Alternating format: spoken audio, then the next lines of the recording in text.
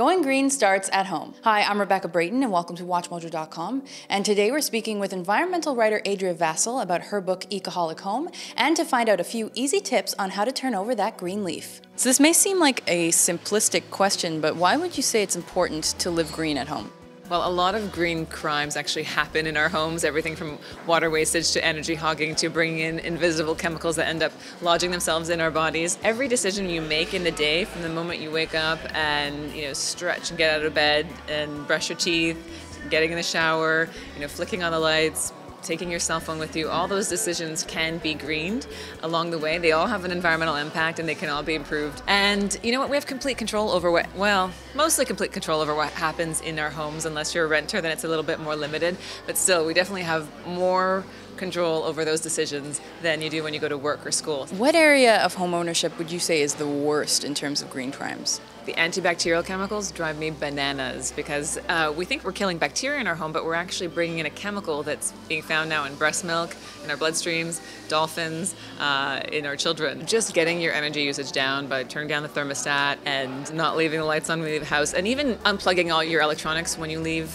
the house will actually reduce your energy bills by 10%. What areas of home ownership would you say are most easily greened?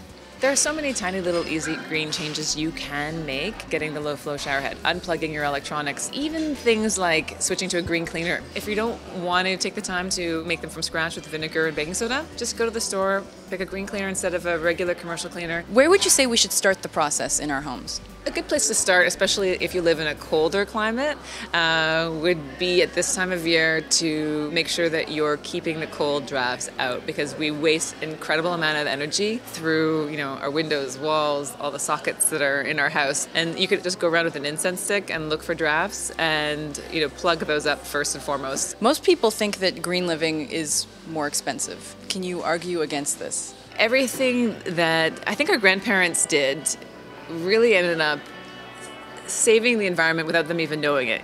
They naturally turned off the lights when they left the room. They naturally turned down the thermostat at night.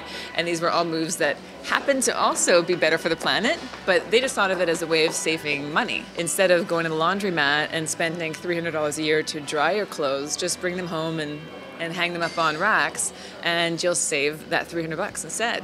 Or if you have room for a veggie garden in the summer, you can actually pocket about $600 a year just from growing your own vegetables in a small plot of land. You don't need a big farm to do that. So many of the changes that I talk about end up keeping money in your pocket for a reason, because I wanted to kind of counteract that myth. Thank you very much. Thanks for having me.